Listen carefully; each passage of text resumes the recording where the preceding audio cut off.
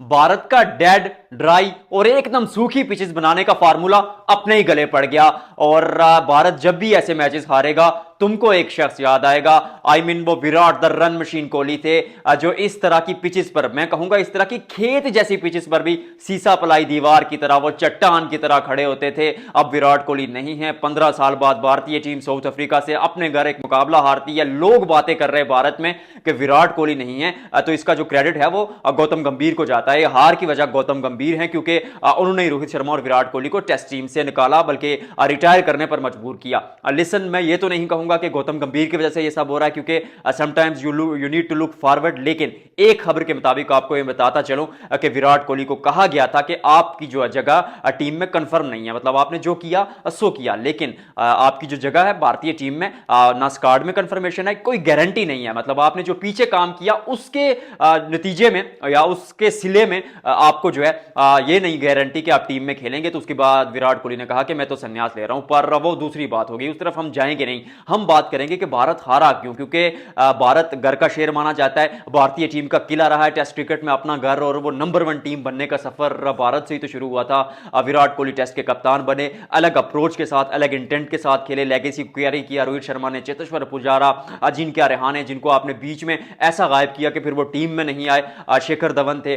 उस पीढ़ी के बाद, उस वो जो लास्ट जनरेशन थी, उसके बाद जब नई जनरेशन आई है, आई नो कि थोड़ा वक्त लगेगा, नई टीम है, वी शुड बैक देम। लेकिन यहां पर यह बात जरूर आएगी कि इस तरह की पिचेस बनाने से मुझे पर्सनली लगता है कि भारतीय टीम जो है वो अपने पांव पर खुद कुल्हाड़ी मार रही है, क्योंकि दम हम है टीम में, खिलाड़ियों में टैलेंट है, पर इस तरह की पिचेस पर खिलाएंगे तो कैसे काम चलेगा।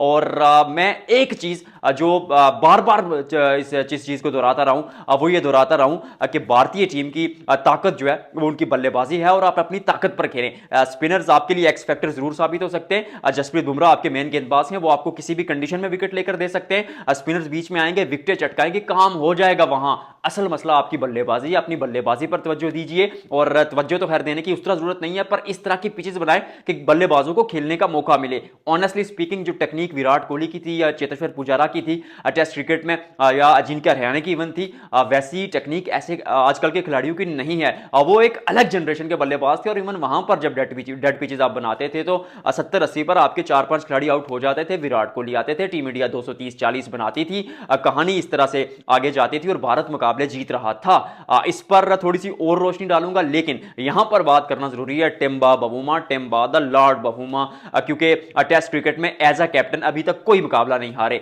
11 मुकाबले खेले, 10 मुकाबलों में जीत हासिल की, एक मुकाबला बगैर किसी नतीजे के खत्म हुआ। साउथ अफ्रीका के लिए वो जो टैग था कि चोकर्स है, आईसीसी ट्रॉफी नहीं जीतने, world TC champion, WTC championship जो है, वर्ल्ड टेस्ट चैंपियनशिप, अब वो भी टिम्बा बवुमा ने ही जितवाई साउथ अफ्रीका को। और उसके साथ साथ अगर बात की जाए तो 15 साल बाद भारत में टेस्ट मुकाबला जीतना, पाकिस्तान को पाकिस्तान में टेस्ट मुकाबले में हराया, भारत को भारत में टेस्ट मुकाबले में हराया, और साबित कर दिया कि साउथ अफ्रीकन क्रिकेट जो है वो इस वक्त अपने पीक पर है। क्योंकि वुमेन्स वर्ल्ड कप देखे, टी20 वर्ल्ड कप देखे, या तो टीम फाइनल खेल रही है या तो फाइनल जीत रही है। अगर आप डब्ल्यूटीसी की बात करें तो there is a lot to talk about. One by one start करते हैं, क्योंकि सबसे पहले तो पिच की बात कई लोग कर रहे हैं, तो मैं पहले इसलिए पिच की बात नहीं करूंगा, मैं पहले बल्लेबाजी की बात करता हूं। शुभमन गिल हूं, यशस्वी जायसवाल हूं, सही सुदर्शन हूं। सही सुदर्शन के अलावा अगर देखा जाए वहां पर तो ध्रुव जोरल मौजूद हैं, और ध्रुव जोरल के अलावा बात की जाए तो वहां पर कौन मौजूद है। पूरी बल्लेबाजी की मैं एक एक करके आपको बताऊंगा। तो स्टार्ट से आगाज करते हैं कि यशस्वी जायसवाल, बाएं हाथ का बल्लेबाज, टैलेंटेड बल्लेबाज, पर इस तरह की पिचेस पर अगर आप पहली इनिंग्स में रन्स नहीं बनाएंगे तो दूसरी इनिंग्स में रन्स बनाना और मुश्किल हो जाएगा जायसवाल जैसे बल्लेबाज के लिए, क्योंकि एक थोड़े से अनऑर्थोडॉक्स वे में खेलते हैं। टेक्निक भी अच्छी है, बट जो उनका ट्रैक रिकॉर्ड है वो पहले इनिंग्स में शानदार है। जब तीसरी इनिंग्स में, यानी अपनी दूसरी इनिंग्स में बल्लेबाजी करने आते हैं तो फिर दिक्कतें होती हैं उस खिलाड़ी को। और फिर जब रन चेज आप कर रहे हैं और इस तरह की डेड पिच पर कर रहे हो तो आसान नहीं रहता चौथे दिन। और एक बात यहां पर यह भी बार बार आप सोचेंगे जरूर, आपके दिमाग में जरूर आएगी ये चीज कि कहीं ना कहीं आप इसके बारे में जब टीम मीटिंग में बैठेंगे तो जरूर बात करेंगे कि यार मतलब अगर आपकी टीम से 134 रन 130 रन चेज नहीं होता तो फिर थोड़ी सी दिक्कतें तो हैं, क्योंकि जैसे ही पिच हो, अभी तो तीसरा ही दिन था, ऐसा नहीं है कि चौथे या पांचवें दिन की पिच थी, लेकिन तीसरे दिन भी आप 130 रन चेज कर नहीं पाते तो फिर दिक्कतें हैं। मतलब there is something really wrong. और उसके अलावा अगर बात की जाए तो शुभमन गिल वहां पर मौजूद हैं। गिल साहब के बारे में मैं कहूंगा कि इंग्लैंड का दौरा गया था पर इंग्लैंड का दौरा ये वो वाला दौरा नहीं था। अच्छे खेले थे वहां पर जब जो इंग्लैंड की पिचेस 2016 से 2020 तक थी, इस बार वो नहीं थी। वहां पर बल्लेबाजी के लिए ज्यादा साजगार पिचेस थी, तो वहां पर तो शुभमन गिल ने रन बना दिए।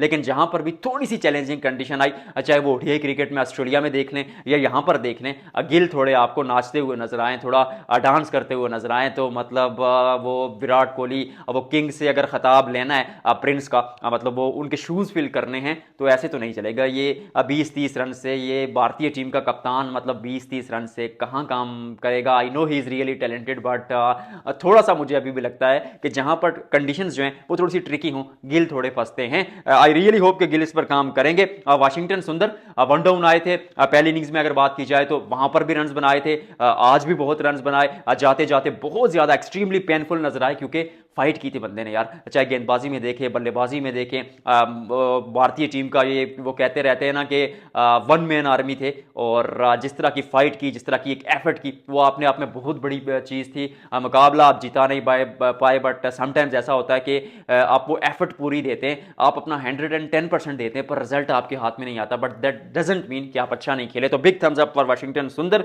उसके अलावा देखा जाए पंत, एक ही खेलने का तरीका है भाईजान, अपने तरीके से खेलेंगे, कंप्लीटली अनऑर्थोडॉक्स बल्लेबाज है, सामने वाले को अनसेटल करते हैं, पर इस तरह का खिलाड़ी 10 में से 5 मैचेस में आपको अच्छा करके देगा, 5 मैचेस में फेल होगा, तो you have to accept this, क्योंकि पंत मतलब जनरेशनल टैलेंट है, आप उनको छोड़ेंगे है नहीं।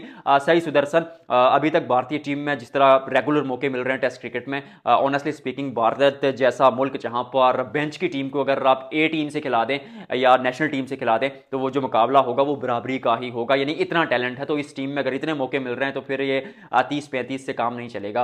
वो 5-6 मैचेस बाद 150 बना देना, उससे भी काम नहीं चलेगा। रेगुलर कंसिस्टेंट बेसिस पर परफॉर्मेंस करनी होगी, क्योंकि विराट कोहली बुरी आदत डालकर चले गए हैं। बल्लेबाजी में बहुत मायूसी, पहले इनिंग्स में भी रविंद्र जडेजा, दूसरी इनिंग में भी जड्डू, मतलब अक्षर पटेल रन बनाते हैं, जड्डू रन बनाते हैं, वाशिंगटन सुंदर रन बनाते हैं। इस तरह के खिलाड़ी अगर रन बना रहे हैं, टेल एंडर्स रन बना रहे हैं या ऑलराउंडर्स रन बना रहे हैं, तो फिर वाई नॉट बल्लेबाज। और फिर वही बात कहूंगा यार, जब आप 130 रन तक का टारगेट चेज नहीं कर पाते, ओवरऑल तो 124 का टारगेट था, लेकिन इस तरह के टारगेट को चेज करना तो बनता है यार। और जब उस सूरत हाल में जब आप अपने घर खेल रहे हो, तो मतलब क्या ही बात है। मायूसी भारतीय टीम को। आई रियली होप कि वो सेकंड मुकाबले पे कमबैक करेंगे और सोचेंगे कि यार पिचेस थोड़ी सी ना, बल्लेबाजों के लिए भी पिच में थोड़ा सा कुछ रहने दें। बिल्कुल खेत जैसी पिच ना बनाएं, ऐसी पिच ना बनाएं कि सामने वाली टीम जो है वो आपको आपके ही खोदे हुए गड़े में दफन कर दे। सीरियसली साउथ अफ्रीका की टीम एक्स्ट्रा ऑर्डिनरी खेल उन्होंने पेश किया, और वो मिथ को तोड़ा कि जो है एशिया में आकर आप जीत नहीं पाते, क्योंकि पाकिस्तान को हराया, भारत को हराया, और यहाँ पर सबसे ऊपर जिस बंदे का नाम आता है टिम्बा बबूमा। आई नो के हरमर ने वहाँ पर 8 विकेटें ली, अच्छी गेंदबाजी के मार्को येंसन ने भी, लेकिन जिस कंडीशन में, जिस पिच पर और जिस गेंदबाजी के खिलाफ 55 रन की वो नाबाद, वो नॉट आउट इनिंग्स टिम्बा बबूमा ने खेली, वो सबसे ऊपर और अलग दर्जे का खिलाड़ी। ट्रोल किया गया शुरू पर भाई के मतलब इस तरह का खिलाड़ी कि जो इसका कद वैसा नहीं है और खेलने का अंदाज भी वैसा नहीं है, टेक्निकली इतने स्ट्रांग नहीं है, लेकिन खुद को साबित किया, खुद को प्रूव किया कि sometimes you need to prefer talent over fitness and skill, क्योंकि टैलेंट एक ऐसी चीज होती है जो आपको वो रोके नहीं रुकता। आप स्किल इंप्रूव कर लेते हैं मेहनत करके, आप फिटनेस इंप्रूव कर लेते हैं, लेकिन जो टैलेंट होता है वो नेचुरली आपके अंदर है, उसको पॉलिश करके दुनिया भर के सामने रखा टिम्बा बबूमा ने। साउथ अफ्रीका की अगर बात करें गेंदबाजी की, आज के दिन तो वहां पर 2 विकेट मार्को येंसन लेते हैं, हरमर आज के दिन भी 4 विकेट लेते हैं, पूरे मुकाबले में 8 विकेट उनके नाम के आगे, केशव महाराज की 2 विकेटें। और जब शुरू पर विकेट गिरना शुरू हुई तो थोड़ा सा प्रेशर बना, प्रेशर के बाद वो अक्षर पटेल जैसे और उनके रविंद्र जडेजा के दरमियान जो पार्टनरशिप हुई, उसके बाद एक उम्मीद दिखी।